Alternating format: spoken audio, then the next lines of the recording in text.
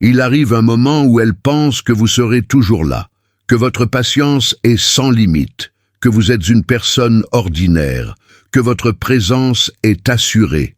Et c'est précisément là que l'erreur commence. Car un homme de bien ne fait pas d'histoire quand il part. Il se retire simplement, sans scandale, sans supplier, sans menacer. Il prend simplement conscience de sa propre valeur et décide de ne pas rester là où il n'est pas reconnu.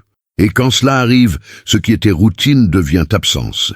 Ce qui était constant devient silence, et ce qui était rassurant devient désir. Au début, elle pourrait même ressentir du soulagement, elle pourrait croire avoir fait le bon choix, elle pourrait tenter de se distraire avec de nouvelles choses, l'attention des autres, une validation superficielle. Mais il y a un manque irremplaçable, il y a un genre d'homme qu'on ne trouve pas à tous les coins de rue. Et quand elle commence à réaliser, la douleur n'est pas superficielle, elle est profonde, elle lui brûle la poitrine. Car la perte d'un homme bien ne fait pas mal par ego, elle fait mal par conscience. Et aujourd'hui, je vais vous révéler 12 sentiments bien réels qu'une femme commence à éprouver lorsqu'elle perd un homme qui a été vraiment bon avec elle.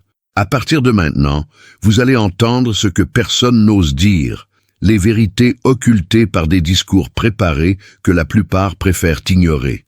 Alors, abonnez-vous à la chaîne, activez les notifications, likez la vidéo et dites-nous de quelle ville vous nous regardez, car je veux savoir d'où vous nous suivez. Beaucoup de femmes craignent qu'une chaîne comme la nôtre atteigne 100 000 abonnés, car elles savent que plus les hommes prennent conscience de la situation, moins la manipulation est efficace. Se réveiller ne sert à rien si tout le monde dort encore. Alors, abonnez-vous dès maintenant à la chaîne pour nous aider à développer notre communauté d'hommes lucides et préparés. C'est entièrement gratuit. Sans plus tarder, passons aux choses sérieuses. Premier sentiment, le regret de ne pas l'avoir apprécié à sa juste valeur quand je l'avais. Il y a un moment précis, un instant net et implacable, où le regret cesse d'être une simple pensée passagère et se transforme en une plaie béante dans sa poitrine, une plaie qui palpite, qui brûle, qui ne demande la permission à personne et qui ne connaît aucun horaire. Ce moment arrive généralement lorsqu'elle est seule, lorsque le silence autour d'elle devient trop pesant pour être ignoré, lorsqu'elle regarde autour d'elle et réalise avec une lucidité douloureuse qu'elle est seule. C'est à cet instant qu'elle commence à comprendre, avec une profondeur qu'elle n'avait jamais eue auparavant, que ce qu'elle tenait entre ses mains était rare d'une manière qu'elle ne savait tout simplement pas reconnaître, que ce qui se trouvait devant elle chaque jour n'était pas quelque chose que le monde distribue à n'importe qui, et qu'elle a laissé ce cadeau lui échapper avec l'insouciance inconsciente et irresponsable de celle qui croit, sans même se poser de questions, que les bonnes choses durent éternellement sans effort, sans soin, sans aucun dévouement de sa part. Elle se souvient des fois où il a essayé de se rapprocher et où elle a pris ses distances. Elle se souvient des moments où il était pleinement présent, totalement disponible, même les jours où elle ne méritait même pas la moitié de cette présence. Elle se souvient des moments où il a choisi de rester, de réessayer, de croire en elle, même s'il avait au fond de lui bien assez de raisons de partir et de ne jamais se retourner. Et ce souvenir la blesse d'une manière particulière, une douleur qui la transperce comme aucune autre ne saurait l'imiter, car maintenant, une fois que tout est fini, une fois la porte fermée, elle voit avec une clarté brutale et cruelle tout ce qu'elle a refusé de voir quand il était encore temps, quand il existait encore une réelle possibilité, concrète et vivante, de changer le cours de cette histoire qu'elle-même, par ses propres choix et son propre aveuglement, a laissé s'effondrer petit à petit sans même s'en rendre compte. Le regret prend une toute autre dimension, un poids bien plus lourd et difficile à supporter, lorsque la perte n'est pas due à un manque d'amour de sa part, mais à un manque de lucidité de sa part, à un manque de maturité, à une incapacité à reconnaître ce qui était pourtant sous ses yeux chaque jour, attendant d'être enfin vu. Elle n'a pas perdu un homme qui la maltraitait, qui l'ignorait délibérément, qui la rabaissait et la faisait se sentir inutile. Car si tel avait été le cas, sa douleur aurait trouvé une justification, un refuge, une excuse qu'elle aurait pu se raconter dans les moments difficiles. Elle a perdu un homme qui la traitait bien, qui était toujours présent quand il le promettait, qui tenait ses engagements, qui était là dans les moments importants même quand elle faisait semblant de les oublier, qui la choisissait chaque jour avec une constance qu'elle interprétait à tort comme une faiblesse, alors qu'en réalité, c'était la plus belle preuve de caractère qu'elle ait jamais vue de si près. Et c'est précisément ce détail qui change tout, qui rend le poids de ce regret insupportable, au-delà des mots.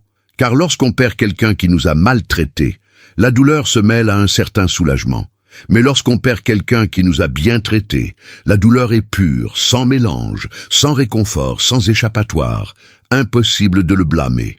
Impossible de déformer le récit pour en faire le méchant d'une histoire, où il fut, du début à la fin, l'une des rares choses vraiment positives qui lui soit arrivée. Aucune culpabilité à rejeter, aucune colère pour la justifier, aucun ressentiment pour se protéger, et cette absence totale de coupable, si ce n'est elle-même, transforme ce regret en un fardeau prisonnier de sa poitrine, sans issue, sans direction, sans espoir de soulagement. Et ce qui l'étouffe le plus, ce qui la serre le plus et l'empêche de respirer correctement, c'est que ce regret ne vient pas seul.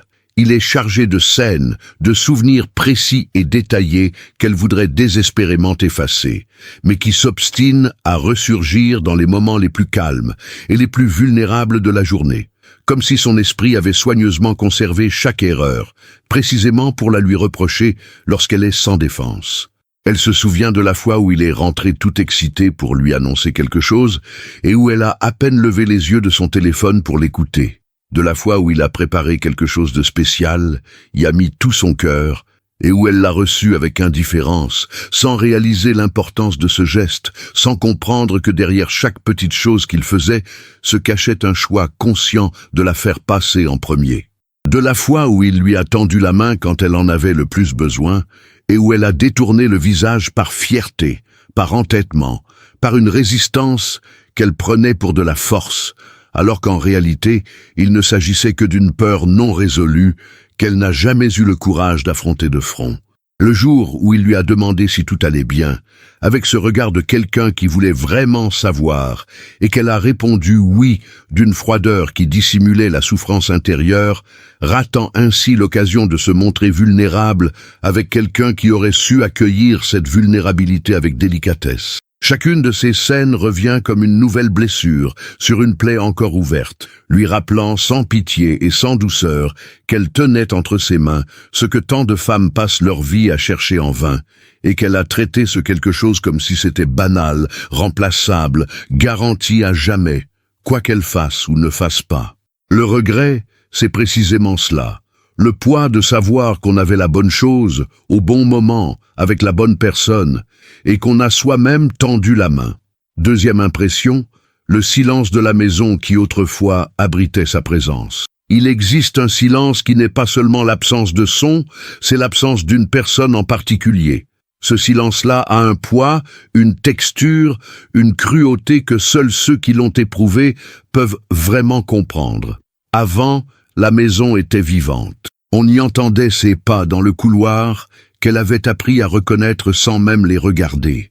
On y entendait sa voix au téléphone dans une autre pièce, parfois forte, parfois riant de quelque chose qu'elle n'entendait même pas bien, mais qui emplissait l'espace d'une manière dont elle n'avait jamais pris conscience de l'importance qu'elle en avait. On y entendait le bruit du réfrigérateur qu'on ouvrait tard le soir parce qu'il avait toujours faim au mauvais moment. La télévision était allumée, diffusant une émission qu'elle n'aimait même pas, mais qu'elle laissait passer parce qu'il était là, à côté d'elle, et que sa présence valait plus que n'importe quelle discussion sur ce qu'elle allait regarder. Tous ces petits bruits, tous ces sons quotidiens et apparemment insignifiants avaient créé ensemble une strate de vie dans cet espace, une strate qu'elle n'avait jamais comptée, jamais reconnue, jamais appréciée tant qu'elle existait. Et maintenant qu'elle a disparu, maintenant que la maison est silencieuse d'un silence qui n'est pas un repos mais un vide, elle comprend que ce n'était pas que du bruit. C'était la preuve sonore qu'elle n'était pas seule au monde, qu'il y avait quelqu'un qui partageait cet espace avec elle, que la vie se déroulait là, en compagnie d'une autre personne qui la choisissait chaque jour. Le pire dans ce silence, ce n'est pas la nuit, c'est le matin. Car la nuit, le sommeil finit par venir et efface tout pendant quelques heures. Mais le matin est implacable. Il arrive avec lumière et clarté et lui rappelle, dès les premières secondes de sa prise de conscience, avant même qu'elle ait eu le temps de se préparer, qu'il n'y a personne à ses côtés, qu'il n'y aura pas de café préparé avant son réveil, comme c'était parfois le cas, qu'il n'y aura pas cette conversation nonchalante de quelqu'un encore entre sommeil et éveil. Elle se réveille et la première chose qui la saisit, c'est la conscience que le silence est toujours là, que ce n'était pas un cauchemar, que c'est réel, que c'est définitif, comme le sont les choix définitifs, ceux qu'on ne peut pas annuler. Et elle reste au lit quelques minutes de plus qu'elle ne le devrait, car se lever signifie affronter toute la maison sans sa présence, traverser la cuisine où il avait l'habitude de s'asseoir, le canapé où il s'installait, le coin du salon, où il laissait traîner ses affaires, avec cette négligence dont elle se plaignait alors et qu'elle donnerait tout pour revoir. Le silence du matin est le plus authentique qui soit, car il est sans distraction, sans mouvement, rien qui puisse l'empêcher de ressentir pleinement l'ampleur de ce qui a disparu. Et ce à quoi elle ne s'attendait pas, ce qui l'a complètement surprise, c'est que le silence ne reste pas confiné à la maison, il la suit. Elle sort, va travailler, parle aux gens, rit parfois, remplit sa journée d'activité et d'engagement et semble aller bien tant qu'elle est occupée.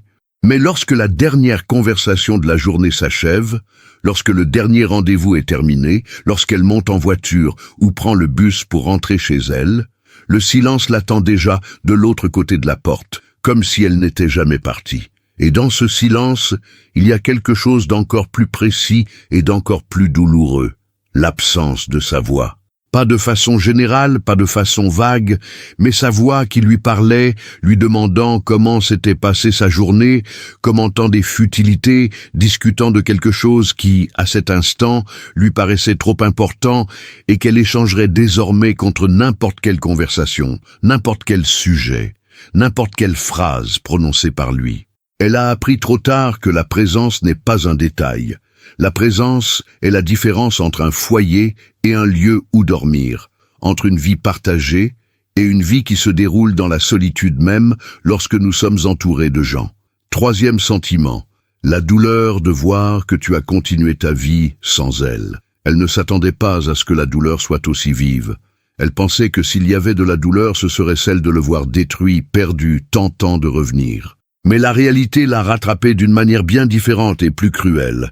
Il est parti, et au lieu de s'effondrer, au lieu de supplier, au lieu de prouver qu'il ne pouvait se débrouiller sans elle, il a continué sa vie.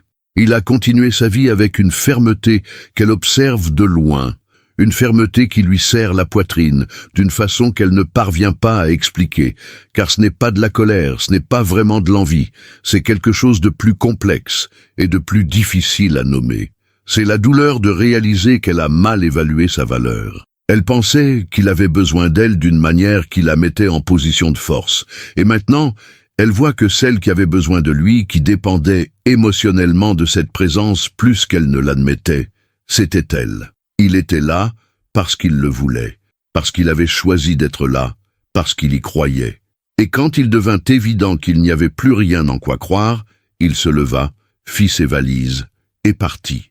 Sans scandale, sans scène, sans le désespoir qu'elle pressentait peut-être secrètement, dont elle avait peut-être même besoin pour se sentir importante. Et l'absence de ce désespoir, paradoxalement, est ce qui prouve le plus sa plénitude, son authenticité, et combien elle a perdu quelque chose de profondément enraciné. Le voir persévérer, c'est comme recevoir la confirmation de tout ce qu'elle refusait d'admettre. Cela confirme qu'il était émotionnellement épanoui d'une manière qu'elle n'avait jamais perçue à ses côtés. Cela confirme que sa stabilité ne dépendait pas de son approbation, ni de la façon dont elle le traitait, ni de son approbation ou de sa reconnaissance. Il était ainsi parce qu'il était fait ainsi intérieurement par choix et par nature. Et cette confirmation est douloureuse, car elle met en lumière le contraste. Elle, qui se croyait la plus forte, la plus indépendante, celle qui avait le moins besoin d'aide, est là, le cœur lourd, à scruter les réseaux sociaux dans ses moments de faiblesse, à reconstruire des souvenirs, à porter un fardeau qui ne la quittera jamais. Tandis que lui, ce qu'elle a peut-être sous-estimé, ce qu'elle a peut-être tenu pour acquis, ce qu'elle n'aurait jamais imaginé voir partir pour de bon, poursuit sa vie avec la dignité silencieuse de quelqu'un qui connaît sa valeur et ne perd pas de temps à solliciter la reconnaissance de ceux qui choisissent de l'ignorer. Impossible de rester insensible à cela. Impossible de regarder cette scène sans qu'elle ne parle plus fort que tout ce qu'elle veut bien se dire pour se protéger. Ce qui rend cette douleur encore plus complexe, c'est qu'elle ne peut même pas se permettre d'être en colère qu'il soit passé à autre chose, car au fond d'elle, elle sait que c'est exactement ce qu'il aurait dû faire. C'était la bonne chose à faire. C'était la bonne chose à faire. C'est ce qu'un homme digne de ce nom fait lorsqu'il réalise qu'il n'est pas apprécié à sa juste valeur. Il part sans faire de vagues et reconstruit sa vie avec le sérieux de quelqu'un qui n'a jamais renié sa propre valeur. Mais savoir que c'était la bonne chose à faire n'empêche pas la douleur de s'installer. Cela ne l'empêche pas de regarder cet homme qui a tourné la page et de se demander s'il pense encore à elle, s'il y a un instant dans la journée où le poids qu'elle ressent pèse aussi sur lui, ne serait-ce que quelques secondes, si dans un moment de silence, son nom lui traverse encore l'esprit. Et la réponse la plus sincère à cette question est peut-être celle qu'elle redoute le plus, qu'il a pleuré et souffert lui aussi, car il était humain, et qu'il a véritablement aimé, mais que malgré tout, il a tourné la page, car l'amour sans reconnaissance n'est pas une raison suffisante pour qu'un homme qui se respecte renonce à sa propre paix. Et c'est cette dualité, savoir qu'il a souffert mais qu'il est quand même parti, qui en dit long sur l'ampleur de ce qu'elle a laissé derrière elle. Quatrième sentiment, le vide de ne pas avoir quelqu'un qui envisage un avenir avec elle. Il y a une différence immense, une différence qu'on ne ressent vraiment que lorsqu'elle disparaît, entre être seul et être privé de cette personne si particulière qui était autrefois le pilier de tous ses projets. Elle a beau être entourée de monde, avoir des amis, de la famille, un emploi du temps surchargé qui remplit chaque heure de la journée, elle ressent malgré tout une solitude que personne d'autre ne peut apaiser, car cette solitude ne tient pas à la quantité de présence, mais à l'absence d'une présence spécifique, d'un rôle que personne d'autre ne peut simplement endosser. C'était lui qui faisait des projets avec elle. C'est avec lui que les projets d'avenir prenaient une forme, avec une adresse, un nom, une forme. C'est avec lui qu'un voyage cessait d'être un vague rêve pour devenir une véritable conversation sur les dates, les destinations et les économies nécessaires pour le réaliser. C'est avec lui qu'elle se projetait dans l'avenir et entrevoyait quelque chose au-delà du lendemain immédiat. Une construction, une direction, un but commun qui donnait sens aux efforts du présent. Et maintenant, l'avenir n'a plus d'adresse. Les projets se sont transformés en pensées éparses, sans personne à qui les confier, sans personne pour les accueillir avec le même sérieux que lui, qui reste prisonnière en elle sans aucun moyen de devenir réelle. Car la réalité a besoin de deux personnes pour se construire comme elle a appris à vouloir la construire. Le vide des projets est différent du vide du désir. Le désir blesse le passé. Il recherche ce qui fut, revit ce qui a existé, pleure ce qui est terminé. Mais le vide des projets blesse l'avenir. Il efface ce qui aurait pu être, brouille les contours d'une vie qu'elle avait imaginée avec lui, vide tout ce qui devait venir de cette légèreté et de ce sens qui dépendait de sa présence. Elle passe devant un magasin et voit quelque chose dont, à une autre époque, elle lui aurait envoyé la photo en disant « Regarde, ce serait parfait pour la chambre dont on parlait. » Elle entend parler d'un endroit et pense automatiquement que ce serait incroyable d'y aller avec lui. Mais cette pensée s'arrête net lorsque la réalité lui rappelle qu'il n'y a plus avec lui. Elle fait de petits projets, de simples choses du quotidien et ressent l'absence de celui qui était là, confirmant, contribuant, apportant sa perspective pour donner à ses projets une dimension qu'elle n'aurait pu accomplir seule. Ce n'est pas qu'elle ne puisse pas vivre sans lui, elle le fera car elle le devra, mais la qualité de cet avenir, sa texture, le sentiment que cet avenir vaut les efforts qu'il exige, ont changé d'une manière qu'elle apprend encore à intégrer. Et ce vide a une dimension qui dépasse l'absence de projet. C'est la conscience d'avoir eu à ses côtés quelqu'un de véritablement investi dans son avenir, pas seulement dans leur avenir commun, mais dans sa vie, son épanouissement, son bien-être, d'une manière authentique et sincère. Il voulait qu'elle aille bien, non pas de manière possessive ou autoritaire, mais en l'encourageant, en la soutenant et en étant présent quand elle avait besoin d'aide pour avancer dans ses projets.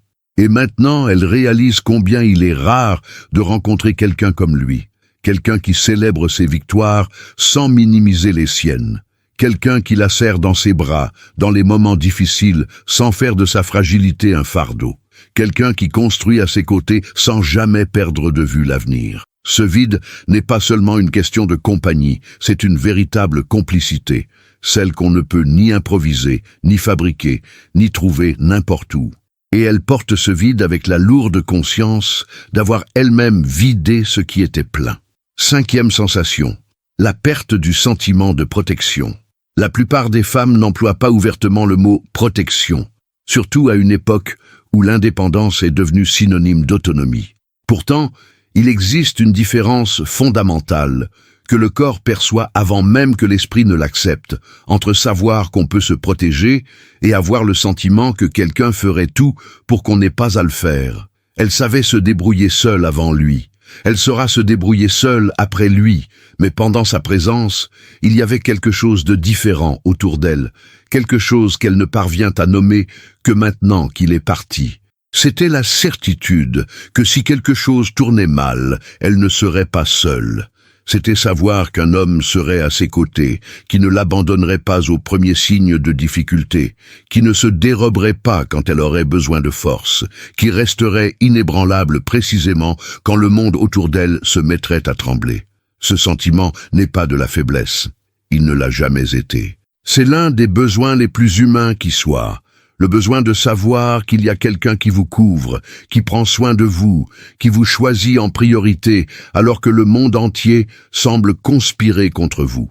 Elle ressentait cette protection dans des choses qui n'avaient pas toujours d'importance. Elle la ressentait dans la façon dont il s'assurait qu'elle était bien arrivée après un long voyage. Elle la ressentait dans sa posture, lorsqu'ils étaient dans des lieux bondés, toujours de manière à la rassurer sans paraître exagéré ni condescendant.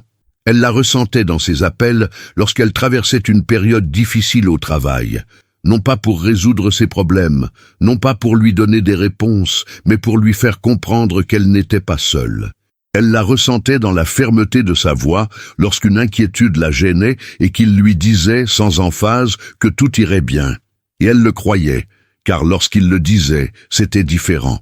C'était une parole qui venait du cœur, sans chercher à plaire. Ces choses paraissent insignifiantes lorsqu'elles sont présentes. Mais lorsqu'elles disparaissent, lorsqu'elles se détournent dans un moment difficile et réalisent que cette présence rassurante n'est plus là, elle comprend que ces petits riens, mis bout à bout, formaient la trame d'un sentiment qui la soutenait au quotidien, d'une manière qu'elle n'avait jamais imaginée. Désormais, elle affronte le quotidien avec la même aisance qu'auparavant, car elle est compétente, car elle a toujours été capable, car la capacité n'a jamais été le problème.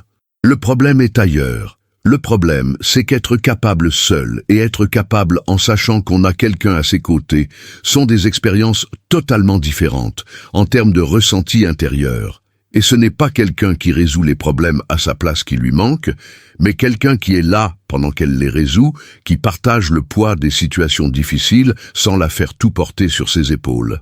Ce qui lui manque, c'est le sentiment d'avoir un vrai homme à ses côtés, pas un homme parfait, pas un homme sans défaut, mais un homme présent de manière significative, qui la protégeait sans l'étouffer, qui aimait d'une manière qui offrait la sécurité sans lui enlever sa liberté. Et maintenant que ce sentiment a disparu avec lui, elle réalise avec une douloureuse lucidité que ce genre de protection n'est pas chose facile dans le monde. C'est rare, c'est quelque chose qui se construit, et c'est quelque chose qu'elle possédait et qu'elle n'a pas su préserver. 6e sentiment, la prise de conscience d'avoir surréagi à des conflits inutiles. Il arrive un moment où la mémoire cesse d'être indulgente et devient brutale, sans prévenir, sans douceur, sans préparation. C'est alors qu'elle commence à repasser en revue, un à un, les conflits qu'elle a eus avec lui, et réalise avec un poids insupportable qu'une bonne partie d'entre eux aurait pu être évités. Le problème, la plupart du temps, ce n'était pas lui, c'était elle. Son humeur du jour, la fatigue accumulée qu'elle projetait sur le premier venu, le besoin de tester ses limites, une insécurité déguisée en exigence, des disputes pour des broutilles qu'elle-même, si elle prenait le temps de réfléchir 2 minutes avant de parler, reconnaîtrait comme insignifiantes au regard des dégâts qu'elle causait. Elle a monté une montagne d'une taupinière, et lui, il est resté là, essayant de comprendre, de se calmer, de trouver une solution qui ne les blesserait pas tous les deux. Et elle a interprété sa patience comme de la faiblesse, un manque de personnalité, quelque chose qu'elle pouvait exploiter sans cesse, car il l'encaissait toujours. Elle ne comprenait pas à l'époque que la patience d'un homme bon n'est pas infinie. Il arrive un moment où il cesse d'encaisser, non pas par faiblesse, mais par lassitude, de porter seul le poids de 2 personnes. Les conflits inutiles laissent une empreinte indélébile sur la mémoire de ceux qui les ont provoqués. Ils ne reviennent pas comme un récit complet, mais comme des éclairs, des scènes isolées d'une précision chirurgicale que la conscience conserve avec une méticulosité presque cruelle. Elle se souvient d'avoir haussé le ton pour une raison dont elle est aujourd'hui incapable de reconstituer le motif. Elle se souvient d'avoir eu froid pendant des jours, pour une raison qui, au fond, n'était qu'une insécurité inexplicable. Elle se souvient d'avoir exigé des preuves d'amour qu'il lui avait déjà données, d'une manière qu'elle refusait de voir, car elle ne correspondait pas à ses attentes.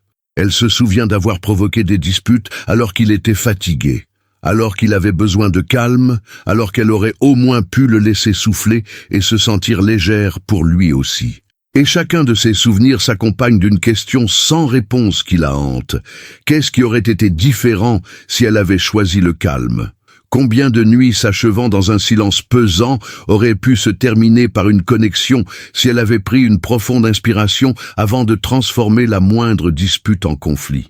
Ce qui pèse le plus lourd sur la conscience lorsqu'on a surréagi au conflit, ce n'est pas le regret en lui-même, mais la prise de conscience que c'est un conflit érodait quelque chose qui aurait pu durer, comme un mur qui semble intact à l'extérieur, mais qui, de l'intérieur, est miné par l'eau, par le temps, par une pression constante à des endroits non conçus pour supporter un tel poids. Chaque conflit inutile était une petite érosion. Chaque dispute futile était une couche qui disparaissait. Chaque fois qu'elle choisissait le conflit, alors qu'elle aurait pu choisir la conversation, chaque fois qu'elle choisissait l'orgueil, alors qu'elle aurait pu choisir le lien, chaque fois qu'elle choisissait la mise à l'épreuve, alors qu'elle aurait pu choisir la confiance, c'était une brique qui tombait, une pièce qui ne revient pas, une usure qu'elle n'avait pas vue se produire parce qu'elle était trop repliée sur elle-même pour avoir du recul. Et lorsqu'elle a enfin ce recul, lorsqu'elle parvient enfin à voir l'ensemble de la structure de l'extérieur, elle comprend que ce n'est pas une grande trahison qui a tout détruit, mais la somme de 1000 petits mauvais choix qu'elle aurait pu faire autrement et qu'elle n'a pas fait. 7e sentiment, l'angoisse d'avoir été immature. L'immaturité n'est pas qu'une question d'âge. C'est une question de conscience, de capacité à voir au-delà de son propre nombril, de compréhension que les relations ne reposent pas sur les intentions, mais sur les actes, non pas sur les sentiments intérieurs, mais sur les choix extérieurs que l'autre personne peut voir et ressentir concrètement. Et elle porte désormais le lourd fardeau de savoir qu'elle a été immature, d'une manière qui lui a coûté quelque chose d'inestimable. Ce n'était pas de la stupidité, elle était intelligente. Ce n'était pas un manque d'amour, elle aimait à sa façon. C'était une véritable incapacité, qu'elle ne reconnaît qu'avec le recul, à transformer ce qu'elle ressentait intérieurement en quelque chose qui ait du sens pour lui.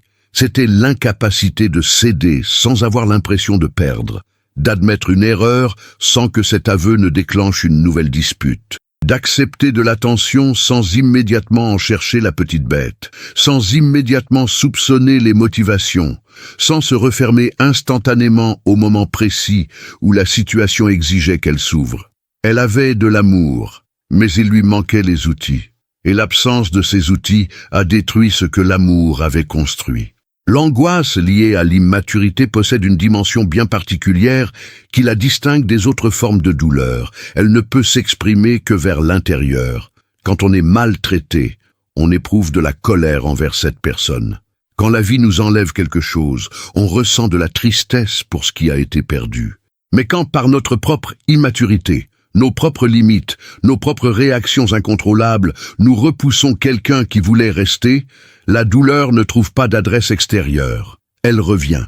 Elle revient toujours vers l'intérieur. Et elle y reste, tournant en rond, sans issue, se heurtant au même mur, lui rappelant chaque instant où elle aurait pu être plus grande et où elle a choisi, consciemment ou non, de rester insignifiante.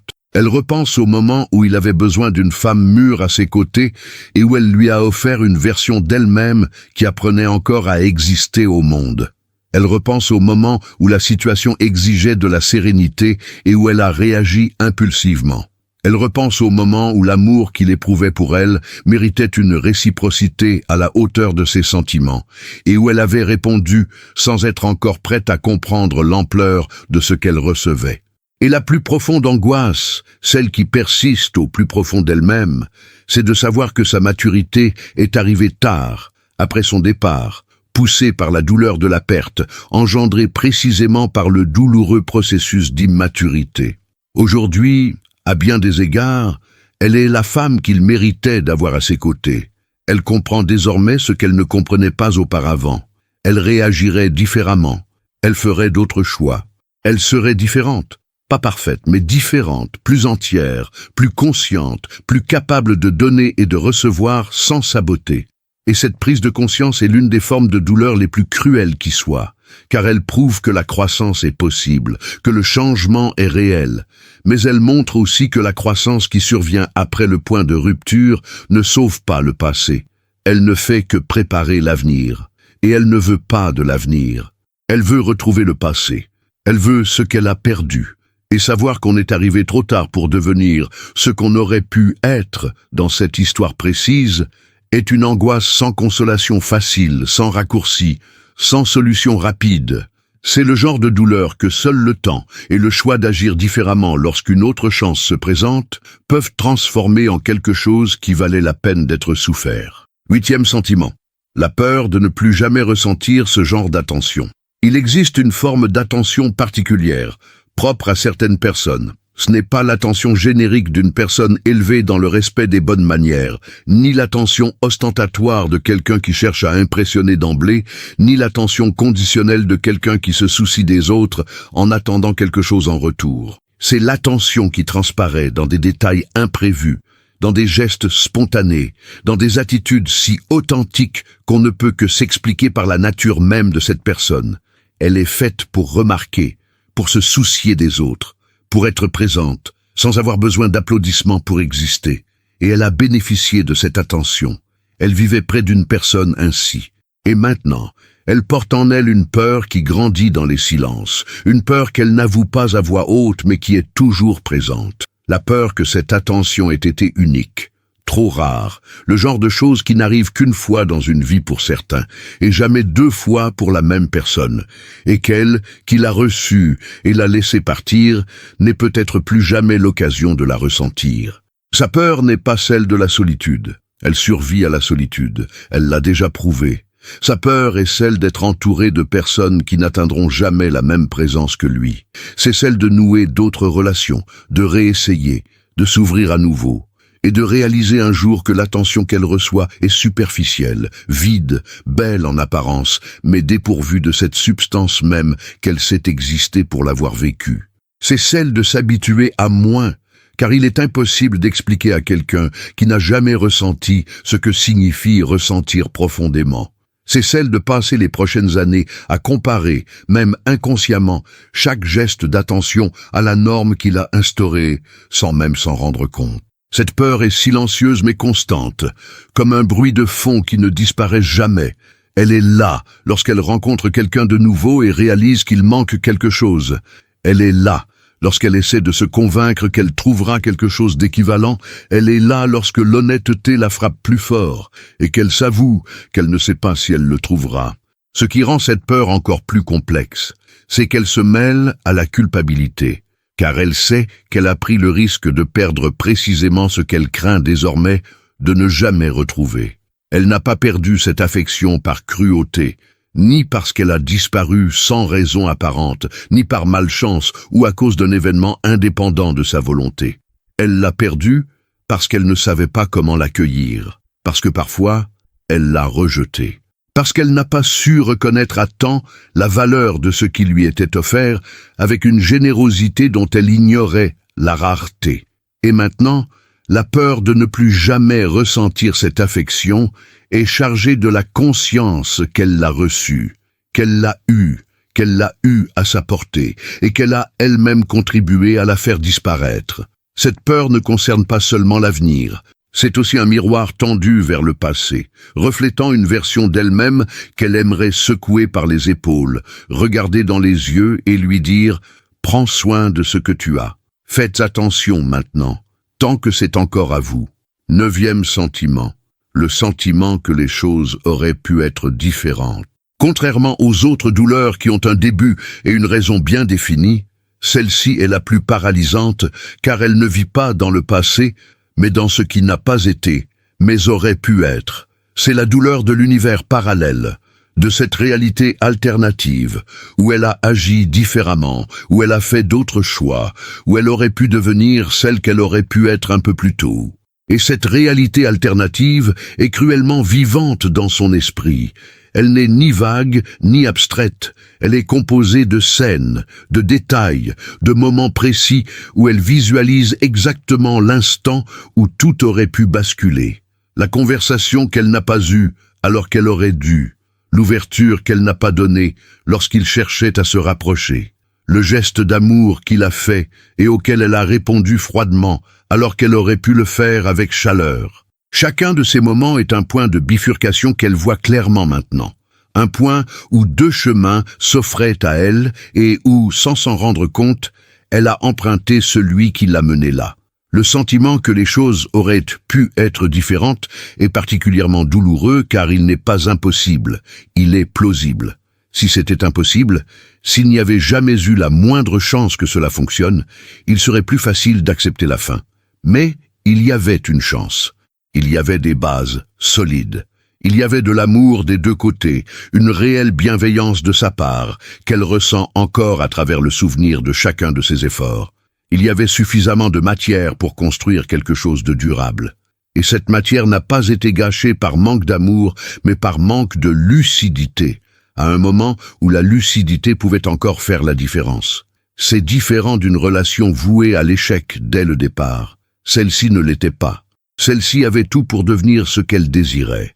Et ce sentiment que les choses auraient pu être différentes est si juste précisément parce qu'elle n'invente pas une histoire. Elle voit une possibilité qui existait réellement et qui a péri non pas de mort naturelle, mais par négligence. Elle ne sait pas vraiment comment gérer ce sentiment sans se laisser complètement paralyser. Car d'un côté, cela prouve qu'elle grandit, qu'elle a appris, qu'elle comprend désormais ce qu'elle ne comprenait pas auparavant. Et c'est déjà beaucoup. Mais d'un autre côté, cela révèle une douleur sans issue. Ce qui est fait, est fait. Ce qui aurait pu être différent ne l'a pas été. Et la distance entre ces deux réalités est un espace qu'elle occupe parfois. Surtout les nuits où le silence est trop lourd, surtout les jours où la fatigue l'accable et où, sans le vouloir, sa vigilance s'abaisse. Elle occupe cet espace et y demeure un moment, contemplant la vie qui n'a pas eu lieu, ressentant le poids de tout ce qu'elle représente, non pas avec apitoiement sur elle-même, non pas avec désespoir, mais avec cette tristesse mûre de celle qui comprend sa perte et qui sait aussi que le seul mouvement possible est vers l'avant, même si cela signifie porter en soi la conscience qu'à un moment donné, une porte était ouverte et qu'elle est désormais fermée. 10e sentiment. Frustration d'avoir recherché l'émotion au lieu d'une pensée constructive. Elle recherchait l'intensité. Elle recherchait cette énergie électrique, cette sensation constante de papillon dans le ventre, ce sentiment d'imprévisibilité qu'elle avait longtemps confondu avec l'amour, faute de connaître l'amour autrement. Et c'était bien, c'était présent, c'était solide, c'était constant. Et la constance, pour quelqu'un habitué à confondre turbulence et passion, paraît parfois insuffisante. Elle paraît trop calme, elle paraît trop fade, elle paraît insipide. Elle a l'impression qu'il manque quelque chose, alors qu'en réalité, rien ne manque. Ce qui manque, c'est la capacité de reconnaître que la paix n'est pas l'absence d'amour, que la stabilité n'est pas l'absence d'attirance, qu'un homme qui ne vous angoisse pas n'est pas un homme sans charme. C'est un homme qui vous respecte suffisamment pour ne pas vous maintenir dans un état d'anxiété permanente par stratégie de maintien. Elle ne le savait pas lorsqu'elle était avec lui. Elle le savait intellectuellement peut-être, comme on sait des choses qu'on a lues, mais qu'on n'a pas encore suffisamment vécues pour les comprendre concrètement. Mais savoir intellectuellement et ressentir dans la pratique sont deux choses complètement différentes. Et elle se trouvait à un endroit alors qu'elle aurait dû être à l'autre. La frustration de rechercher l'émotion au lieu de construire quelque chose ensemble est celle de quelqu'un qui réalise trop tard avoir confondu les critères, qu'il a utilisé le mauvais étalon pour mesurer la valeur, qu'il a laissé filer l'or parce qu'il cherchait une étincelle, sans comprendre que l'or ne scintille pas, l'or se maintient, l'or demeure. L'or ne s'use pas avec le temps, mais prend de la valeur à mesure qu'on en prend soin. Et elle cherchait une étincelle. Elle cherchait un cœur qui s'emballe. La jalousie qui prouve que cela compte. La réconciliation spectaculaire après une dispute qu'elle avait prise pour une aggravation, alors qu'il ne s'agissait que d'épuisement mêlé d'émotions. Elle cherchait quelqu'un qui lui ferait ressentir des choses intenses, sans comprendre que ressentir beaucoup de choses dans une relation instable n'est pas l'amour complet. C'est un amour incomplet qui cherche constamment à se prouver.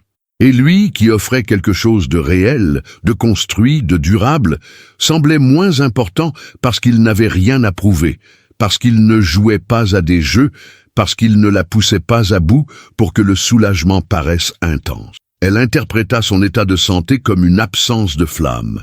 Ce n'est qu'après son départ qu'il comprit que la flamme était toujours là, mais différente, calme, une flamme qui réchauffe au lieu de brûler. La frustration est désormais localisée et ne peut plus s'exprimer, car elle comprend tout maintenant. Elle comprend la différence entre émotion et construction, entre intensité et solidité, entre quelqu'un qui l'angoisse et quelqu'un qui la rassure. Et elle comprend laquelle des deux options était celle qu'elle désirait vraiment lorsqu'elle a cessé de se mentir. Mais cette compréhension qui survient après la perte a un goût amer, car elle ne change rien au passé. Elle change seulement ce qu'elle ferait si elle en avait l'occasion. Et cette occasion, avec lui en particulier, n'existe plus. Elle gardera cet apprentissage en mémoire. Elle appliquera cette nouvelle compréhension aux choix à venir. Elle reconnaîtra la prochaine fois qu'une personne stable se présentera et elle ne confondra plus solidité et absence d'émotion. Mais cela ne résout pas ce qui reste. Cela n'efface pas la frustration d'avoir compris trop tard ce qui, si compris plus tôt, aurait tout changé. Et c'est cette frustration qu'elle porte en elle, non pas la frustration envers lui, mais envers elle-même, envers les critères mêmes qu'elle a utilisés à un moment où les bons critères auraient fait toute la différence. 11e sentiment, la douleur de réaliser que vous étiez véritablement loyal. La véritable loyauté est silencieuse. Elle ne s'affiche pas, ne réclame pas de reconnaissance, ne s'accompagne ni de discours ni de démonstration. Elle existe simplement, avec constance, dans les petits moments comme dans les grands, dans les situations où il aurait été facile de faire autrement et où il a choisi de rester fidèle à ses engagements. Et ce n'est qu'aujourd'hui qu'elle prend conscience de l'ampleur de cette loyauté, le temps et la distance ayant dissipé le brouillard qui l'empêchait de voir clair. Elle repense au moment où quelqu'un a médit d'elle et où il l'a défendue, aux fois où il aurait pu saisir une opportunité et s'en est abstenu, car il protégeait quelque chose de plus important. Aux fois où il a gardé ses secrets avec le même soin qu'elle attendait de quelqu'un, sans les utiliser contre elle, sans les transformer en monnaie d'échange, sans les ressortir lors des disputes pour la blesser. Cette loyauté n'était pas une façade, elle était une qualité intrinsèque. Elle était ce qu'il était au fond de lui, avant toute relation et indépendamment de toute circonstance, et elle ne l'a pas apprécié à sa juste valeur. La douleur de réaliser sa loyauté véritable prend une toute autre dimension par les temps qui courent, où la loyauté est devenue une simple déclaration d'amour, rarement mise en pratique, où l'engagement est devenu conditionnel, où la fidélité, au sens le plus profond du terme, et pas seulement physique, est devenue une denrée rare, recherchée, mais trouvée par beaucoup. Elle l'avait trouvée. Elle avait à ses côtés un homme de parole, qui ne changeait pas de version selon son interlocuteur, qui ne la troquerait pour rien au monde, même lorsqu'elle était difficile à aimer. Et elle ne s'est pas contentée d'accepter sa loyauté. Parfois, elle l'a mise à l'épreuve. Parfois, elle a douté sans raison valable. Parfois, elle l'a accusé de choses infondées, ou a nourri des soupçons qui provenaient d'elle-même et non de la réalité. Et il a tout enduré. Il a enduré l'accusation injustifiée. Il a enduré la méfiance sans l'avoir alimentée. Il a porté le fardeau de devoir prouver quelque chose qu'un homme qui se respecte ne devrait pas avoir à prouver constamment.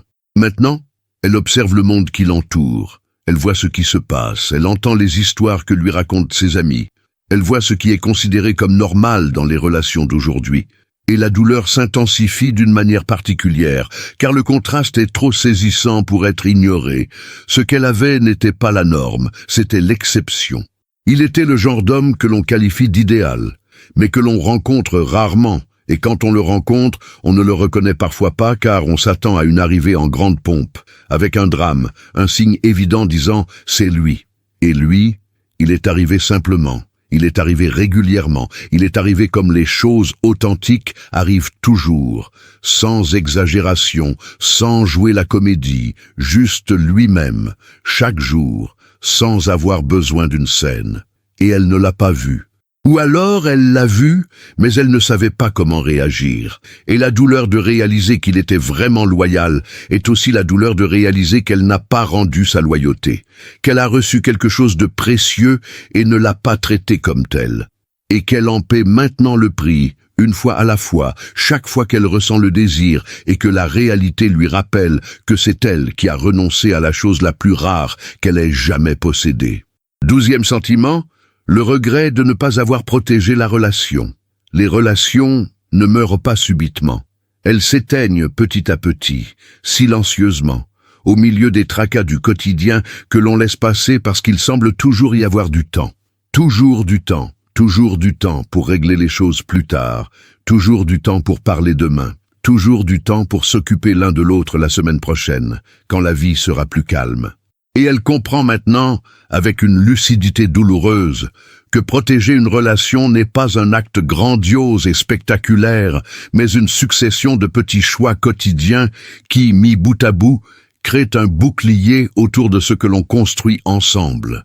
C'est choisir la conversation avant que le ressentiment ne s'installe. C'est choisir l'attention avant que la distance ne s'installe. C'est choisir la vulnérabilité avant que l'orgueil n'érige un mur infranchissable pour l'un comme pour l'autre. C'est considérer ce que l'on a et agir comme si cela avait de la valeur, car c'est le cas, une valeur qui se perd lorsqu'on ne lui accorde pas les soins qu'elle mérite. Elle n'a pas fait ses choix avec la constance nécessaire à une bonne relation pour survivre aux aléas du quotidien. Et ces aléas, sans protection, ont érodé ce qu'il y avait de plus solide. Protéger une relation, c'est aussi la protéger du monde extérieur, des opinions extérieures, des comparaisons qui la fragilisent, des influences qui sèment le doute là où régnait la certitude. Et elle ne l'a pas toujours fait. Parfois, elle écoutait plus qu'elle n'aurait dû ceux qui n'en faisaient pas partie, ceux qui observaient de l'extérieur et donnaient leur avis avec la nonchalance de quelqu'un qui n'a rien à perdre. Parfois, elle laissait les voix extérieures parler plus fort que ce qu'elle ressentait elle-même en sa compagnie, quand tout allait bien, quand elle voyait de ses propres yeux, sans filtre, ce qu'ils avaient. Parfois, elle exprimait, devant des personnes qui ne méritaient pas cette intimité, des choses qui auraient dû rester confinées à l'espace privé nécessaire à la consolidation d'une relation. Et chaque fois qu'elle manquait à son devoir de protection, chaque fois qu'elle laissait entrer ce qui aurait dû rester à l'extérieur, c'était une brique de plus qui s'effondrait d'un édifice qui exigeait des efforts constants pour tenir debout. Et le regret le plus profond, celui qui persiste là où il est le plus difficile de l'atteindre et de le résoudre, c'est de ne pas avoir protégé la relation de sa propre version d'elle-même, qui n'était pas encore prête pour ce qu'elle avait. Car la plus grande menace ne venait pas de l'extérieur, mais de l'intérieur. Elle venait de ses propres insécurités, jamais résolues avant de s'engager dans cette relation.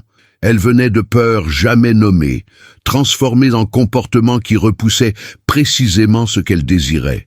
Elle venait de l'immaturité, des conflits inutiles, de l'incapacité à apprécier les choses à leur juste valeur, de la somme de tout ce qu'elle porte aujourd'hui sous forme de regrets, et qu'elle portait alors sous forme de schémas comportementaux jamais remis en question. Elle n'a pas protégé la relation d'elle-même, et c'est la vérité la plus dure, celle qu'elle évite d'affronter plus longtemps qu'une pensée ne dure, celle qu'elle sait réelle, mais qu'il lui coûte trop cher d'admettre pleinement. Le regret de ne pas avoir protégé ce qu'elle possédait est le dernier sentiment de cette liste, et peut-être le plus lourd de tous, car il englobe tous les autres, car il désigne collectivement tous les choix qu'elle ferait différemment si elle pouvait revenir en arrière, et car il prouve, une fois pour toutes, qu'elle connaissait la valeur de ce qu'elle avait. Elle n'a simplement pas agi en conséquence. Et c'est ce qui la hantera longtemps, non pas comme une punition, mais comme une leçon qui lui aura coûté le prix le plus élevé de sa vie. Si cette vidéo vous a touché, montrez votre soutien. Aimez-la, abonnez-vous à la chaîne et écrivez « gratitude » en commentaire. Ce simple geste permet à l'algorithme de diffuser ce message à davantage d'hommes qui ont besoin d'ouvrir les yeux et de retrouver leur force intérieure. Chaque interaction que vous faites contribue à ce mouvement. Merci de nous suivre, restez connectés. Chaque jour, nous partageons des idées et des conseils pour vous aider à renforcer votre mental, à reconstruire votre confiance en vous et à prendre votre destin en main. Gros bisous et à bientôt dans la prochaine vidéo.